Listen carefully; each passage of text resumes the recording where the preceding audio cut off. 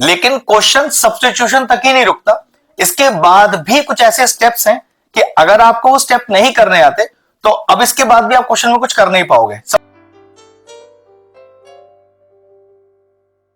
Hello friends, आज हम topic discuss करें क्लास 12 से चैप्टर 11 इंटीग्रेशन। एक बहुत ही शानदार सा क्वेश्चन लिया है, 4 मार्क्स की मिनिमम वेटेज रखता है। क्वेश्चन में जिस तरह के लॉजिक्स लगेंगे, अगर इस तरह के क्वेश्चन आपने किए नहीं हुए तो फिर पेपर में इसे अटेम्प्ट करवाना थोड़ा मुश्किल हो जाएगा। देखो मैं क्या कहने वाला हूं। सबसे पहले क्वेश्चन कौन सी कैटेगरी को बिलोंग करता है? कैटेगरी है सब्स्टिट्यूशन मेथड। वो मुझे कैसे पता चला?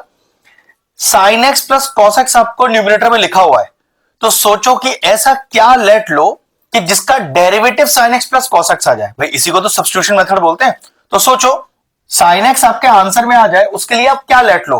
पक्की बात है आपको कॉस एक्स लेट लेना पड़ेगा, और कॉस एक्स आंसर में आ जाए, इसके लिए आपको क्या लेट लेना है? Sine x. लेकिन एक दिक्कत है कि जब आप कॉस एक्स को लेट लोगे तो उसका डेरिवेटिव तो माइनस का साइन एक्स आएगा, जबकि आपको तो ऊपर प्लस चाहिए। तो लेट लेने का लॉजिक किस तरह से रखना है कि डेरिवेटिव करने पर sine x plus cos x आ जाए। जरा ध्यान से देखो आप, मैंने लेट लिया साइन एक्स माइनस का कॉस एक्स को टी। अब देखो इससे क्या मिला? साइन एक्स का डेरिवेटिव तो कॉस एक्स हो गया माइनस, अब कॉस एक्स का डेरिवेटिव माइनस साइन एक्स, एक माइनस पहले से मौजूद है तो देखो प्लस एक्स हो गया। dx is equal to dt। तो कितना आया मेरे पास? cos x plus sine x dx। Check करो ऊपर, sine x plus cos x dx, sine x plus cos x dx। Numerator तो मैच हो गया, लेकिन क्वेश्चन सब्स्टिट्यूशन तक ही नहीं रुकता। इसके बाद भी कुछ ऐसे स्टेप्स हैं कि अगर आपको वो स्टेप नहीं करने आते तो अब इसके बाद भी आप क्वेश्चन में कुछ कर नहीं पाओगे। समझ लो कि आप अपना न्यूमरेटर तो लेके आ चुके हो, ऑलरेडी मैच हो गया, लेकिन दिक्कत है इस तरह का टर्म आप कैसे इंट्रोड्यूस करोगे। अब उसके लिए देखो लॉजिक क्या है, इसलिए ये एक शानदार क्वेश्चन है। देखिए क्या मैं क्या करूंगा, ये जो मैंने लेट लिया है ना टी, इसी में कुछ मैं चेंजेस करने वाला हूं। देखो ना ध्यान से, सबसे पहले हमने लिखा sine x minus cos x is equal to t, और देखो इस पूरे के पूरे को मैं ट्रांसफॉर्म करके ले आऊंगा इस वाले एक्सप्रेशन में। बस यही इस क्वेश्चन का ट्विस्ट है। सबसे पहले मैंने क्या किया, मैंने स्क्वायरिंग ऑन बोथ साइड्स किया। तो चलो स्क्वायरिंग करते हैं।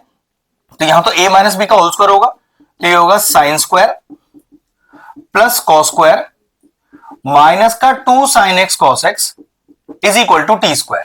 ठीक है, अब ट्रिग्नोमेट्रिक आइडेंटिटी है कि sine square plus cos square 1 होता है, 1 लिख दीजिए, माइनस का what is 2 sine x cos x, I think sine 2x होता है, तो साइन 2x 11th क्लास का ट्रिग्नोमेट्री है, is equal to t square. Check करो, साइन 2x चाहिए था, साइन 2x तो आ गया।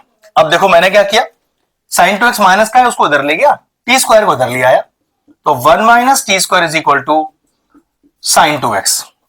Sign 2x match. चेक करो, साइन 2x के साथ 16 मल्टीप्लीकेशन में चाहिए, तो मैंने भी क्या किया, 16 साइन के पास इंट्रोड्यूस करना है। अब ऐसे में 16 तो वहां लिख नहीं सकता, तो क्या करूं, मल्टीप्लाइंग 16 ऑन बोथ साइड्स। तो चेक करो, 16 मल्टीप्लाई किया दोनों तरफ, तो इधर आ गया 16 साइन 2x।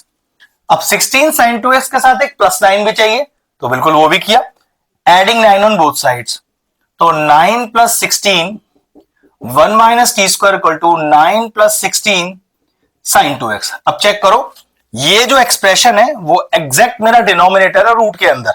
रूट से तो कोई मतलब ही नहीं होता, क्योंकि रूट तो सिर्फ फॉर्मूला जो लास्ट में लगेगा वो रूट का लगेगा, उतना ही फर्क होता है रूट से। तो ठीक है, रूट नहीं भी होता तो भी क्वेश्चन में हमें वही करना होता जो अभी हम कर रहे हैं। ठीक, अब ये जो डिनोमिनेटर है ये एग्जैक्ट ट्रांसफॉर्म हो गया टी की फॉर्म में।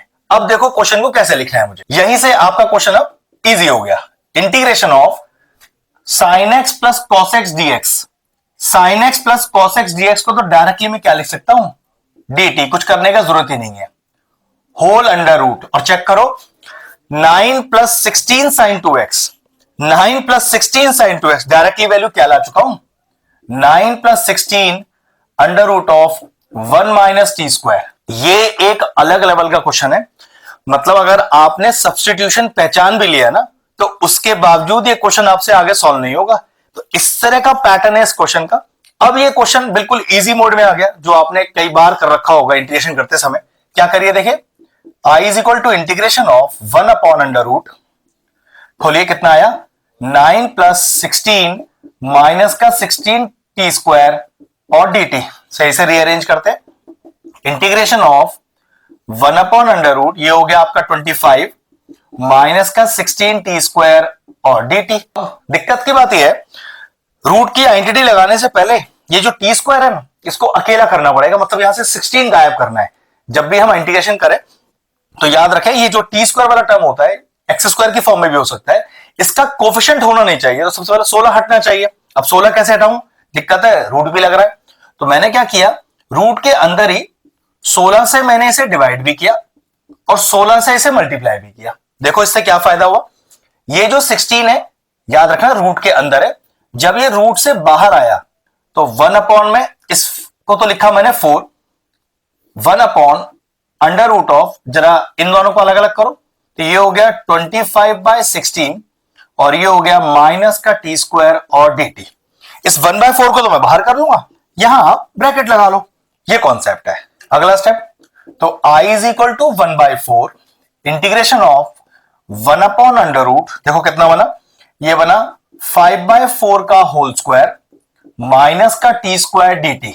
अगर मैं कहूं कि कौन सी आइडेंटिटी लग रही है, तो आइडेंटिटी लग रही है integration of 1 upon under root of a square minus x square dx, और वो बराबर किसके होती है, फॉर्मूला होता है sine inverse x upon a और प्लस का सी। ठीक है, इस फॉर्मूले को अप्लाई करते हैं तो हमारे पास क्या आ गया, i इज इक्वल टू 1/4 बाहर। अब देखो ध्यान से, साइन इनवर्स एक्स अपॉन ए, तो साइन इनवर्स एक्स कितना है, वो हमारा टी है, अपॉन ए कितना है, वो है 5/4 और प्लस का सी, ये 4 चला गया ऊपर, तो i is equal to 1/4 sine inverse 40/5 और प्लस का सी। अब लास्ट में बस करना क्या है, जो हमने टी लेट लिया था बस उसे यहां इंसर्ट करना है, आ गया आंसर अपना। तो i is equal to 1/4 sine inverse bracket 4 और t का वैल्यू हमने लेट लिया था साइन एक्स माइनस का cos x whole upon 5 plus का सी। बस ये लीजिए, एक शानदार सा क्वेश्चन था जिसमें एक सब्स्टिट्यूशन वाला पार्ट और ये जो डिनोमिनेटर हमें लेके आना था वो वाला पार्ट ध्यान रखना था। अगर इस तरह के और इंटरेस्टिंग वीडियोस देखना चाहते हैं तो और चैनल की प्लेलिस्ट में जाएं, वहां इंटीग्रेशन चैप्टर की सेपरेट प्लेलिस्ट बनी हुई है, वो प्लेलिस्ट में एंड स्क्रीन में भी डाल दूंगा और सारे इंपॉर्टेंट चैप्टर्स की प्लेलिस्ट के साथ जाकर उन्हें भी चेक कर लीजिएगा। ये एक बहुत शानदार सा क्वेश्चन फिनिश हो गया, वीडियो फिनिश करते हैं।